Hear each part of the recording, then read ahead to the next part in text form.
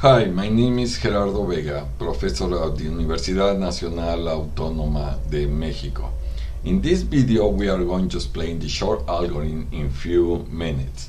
The Shor algorithm is important because it has the potential to break the security of the crypto system RSA, which is one of the most worldwide used crypto systems.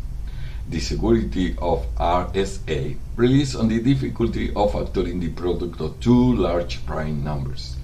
With the advent of the quantum computer era and by means of the Shor algorithm, such factorization will be done in a relatively easy way. The contents of this video is divided in three parts. In part 1, we are going to recall some very basic facts about the modular arithmetic of integers modulo n. A detailed explanation of the Shor algorithm will be given in part 2. Finally, a numerical example of such algorithm is presented in part 3. So let's get started with some basic concepts and facts about the modular arithmetic of integers modulo n.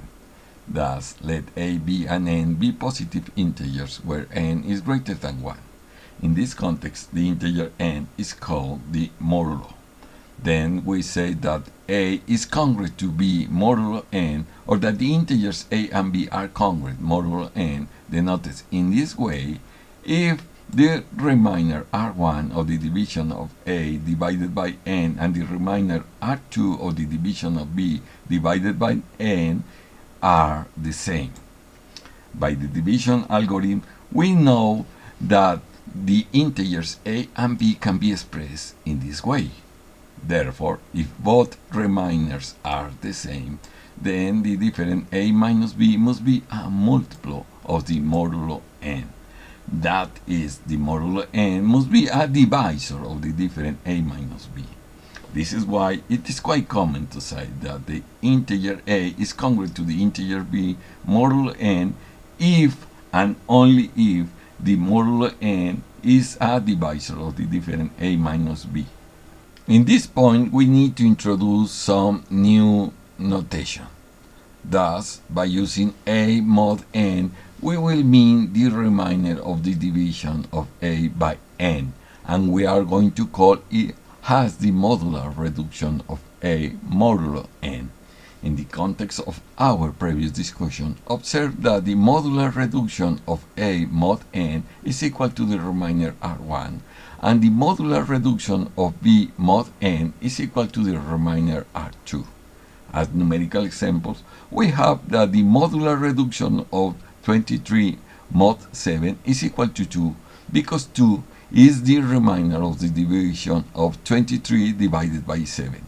And the modular reduction of 28 mod 7 is equal to 0 because 7 divides 28. Now let a be a positive integer less than n in such a way that the greatest common divisor between a and n is equal to 1. That is, both integers are coprime. Then the smallest integer r greater than 0, for which the modular reduction of a raised to the power of r is equal to 1, is called the multiplicative order of a modulo n and is denoted in this way. For example, if n is equal to 14 and a is equal to 3, then the modular reduction of 3 mod 14 is equal to 3, the modular reduction of 3 squared is 9, the modular reduction of 3 raised to the power of 3 is equal to 13, the modular reduction of 3 raised to the power of 4 is equal to 11, the modular reduction of 3 raised to the power of 5 is 5, and the modular reduction of 3 raised to the power of 6 is equal to 1. Therefore, the multiplicative order of 3 modulo 14 is equal to 6. Furthermore, since the modular reduction of 3 raised to the power of 7 is equal to 3, note that the integer function f of I given by the modular reduction of 3 raised to the power of I is a periodic function and its period is equal to 6. Fortunately, this is not a coincidence, and if the two integers a and n are coprime, and if the multiplicative order of a modulo n is equal to r, then we have in general that this succession is a periodic succession and its period is equal to r. In order to see how such multiplicative order r can be obtained with the help of a computer, here we have the C program or a mod n.c that implements the multiplicative order of a modulo n. By compiling the program, we get some warnings that we are going to ignore. Now we run the program, and for example, we want to know the multiplicative order of 3 modulo 14. And as we can see, the modular reduction of 3 to the 6 is equal to 1. And of course, this is in accordance with our previous discussion. Note that the program also tells us if such order r is either an even or an odd number, and if it is an even number, it is show the value of such order divided by 2. Now, as our last example, we now want to know the multiplicative order of 9 modulo 77. And as we can see, such order is equal to 15, which of course is an odd number. We are now ready to present the Shor algorithm.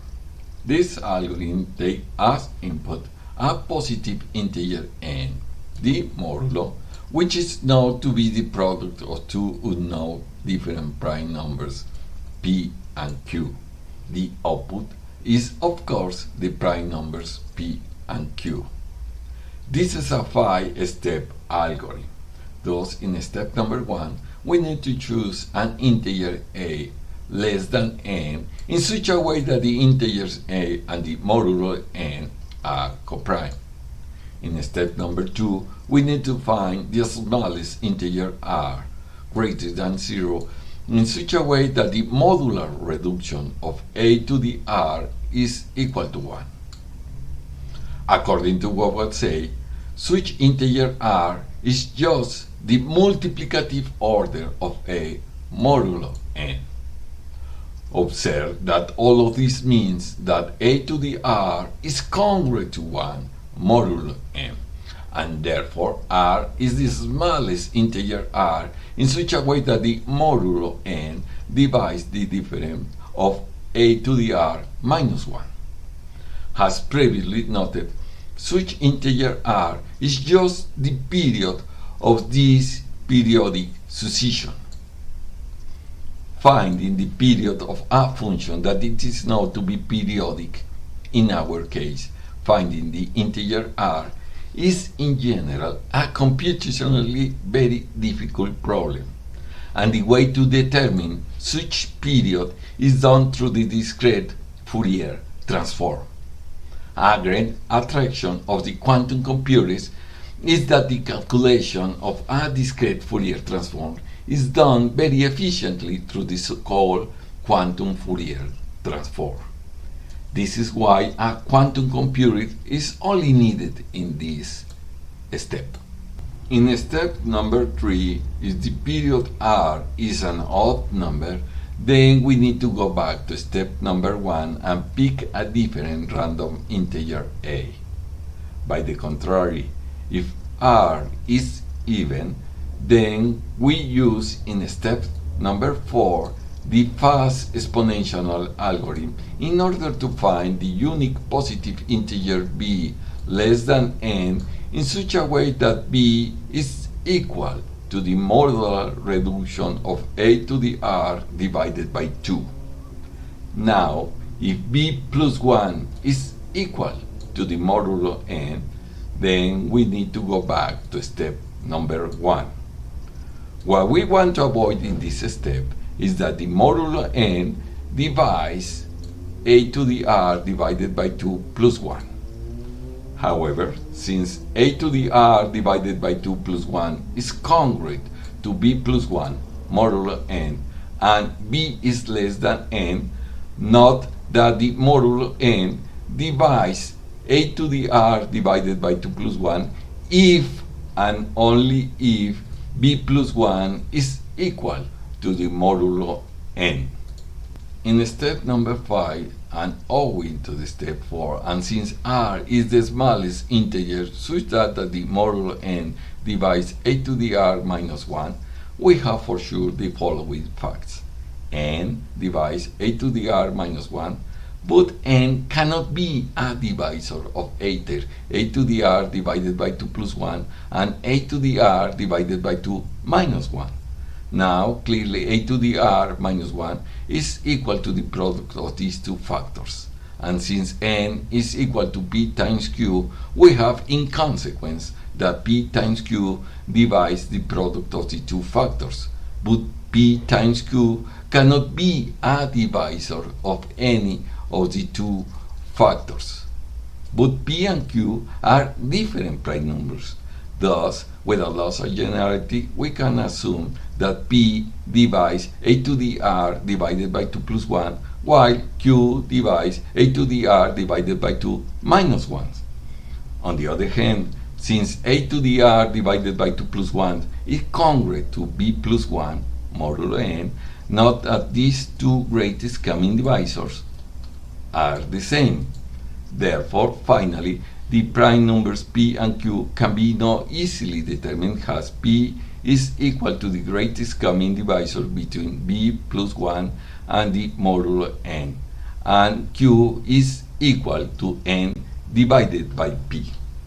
Let's see now a numerical example, and for it we are going to take as modulo the number 1,165,169, which is known to be the product of two different prime numbers. The challenge is to obtain such prime numbers. In order to do that, we are going to use our C programs that get the multiplicative order of a integer a.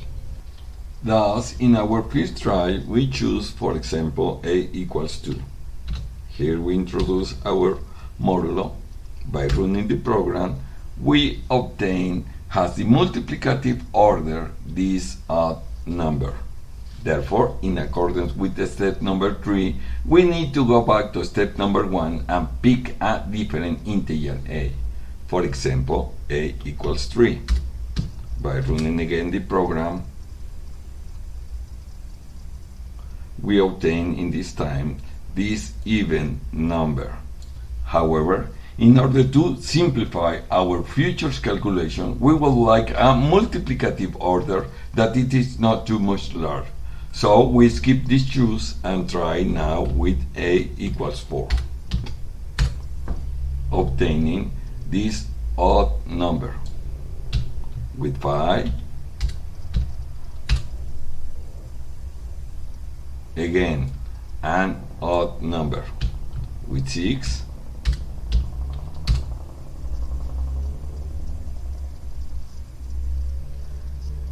An even number, but again it is too much large. So we now try with a equals 7. An even number, but in this time it is not too much large. Therefore, a equals 7 is perfect, and we can continue with step number 4. So we reach step number 4 with this value for the modulo n. A is equal to 7, and we already found that the multiplicative order of a modulo n is equal to 8,946. Here we need to find the unique positive integer b less than n in such a way that b is equal to the modular reduction of 7 to the r divided by 2. Now observe that the binary representation of r divided by 2 is given by this sequence of zeros and ones. Thus, by using this binary representation and by means of the fast exponentiation algorithm, we can find such integer b through a few multiplications and modular reduction. Here we begin by setting as our first partial result 7 to the 0, which of course is equal to 1. Then we ask for the most significant bit of the integer r divided by 2. Since this bit is equal to 1, we proceed by multiply our partial result by 7. And the result will be our next partial result, which is now square in the second step. We keep in this way until we get the desired result, which is b equal to this value. Now, clearly this value plus 1 is different to the modulo n. Therefore, we can continue with step number 5. However, before that, we would like to check our results by means of the C program fea.c that implements the fast exponential algorithm. By compiling the program, again we get some warnings. Now we run the program, and in this time we want to obtain the modular reduction of 7 raised to the power of 4,473 modulo n. And clearly we get the same results. Particularly, we get the same value for b. Now, in this point, it is worth saying that the crypto system RSA uses all the time this quite easy algorithm to encrypt and decrypt any message. Going back to step number 5, we finally obtain the prime factor for the modulo n.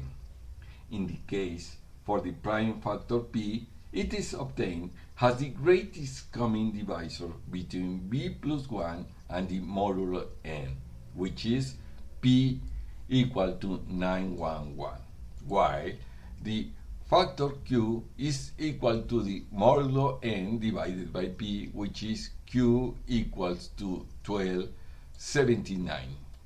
Again, to check our results, here we have the C program gcd.c that implements the greatest common divisor.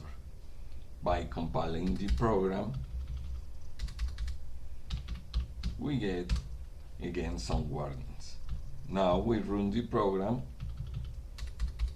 and in this time we want to obtain the greatest common divisor between b plus 1 and the modulo, which is 1,165,169. And as we can see, we obtain exactly the same results. Now, what if we repeat this numerical example by using a different integer a? I mean, will I get the same results? To answer this question, we are going to use our C programs. But in this time, we are going to use a different integer a, for example, 24. And we want to obtain the multiplicative order of 24 modulo n. And as we can see, such order is equal to this value, which of course is an even number. Therefore, we can now use the fast exponential algorithm to obtain the integer b. However, we need to change the a value to 24. Here, we introduce the new value for the multiplicative order divided by 2. The modulo is the same. We run the program, and we obtain b equal to this value. And clearly, b plus 1 is different to the modulo n. Finally, we need to obtain the greatest common divisor among b plus 1 and the modulo n. So, here we need to introduce the new value for b plus 1. The modulo is the same. We run the program, and as we can see, we obtain exactly the same results except that P and Q have changed rules. As an exercise, I encourage you to use our C programs that you can find in the description of this video to obtain the factorization of this new modulo. And that's all for this video. If you like it, click on the like button and leave your comments below. Particularly, I would like to see there the answer of this exercise. Bye.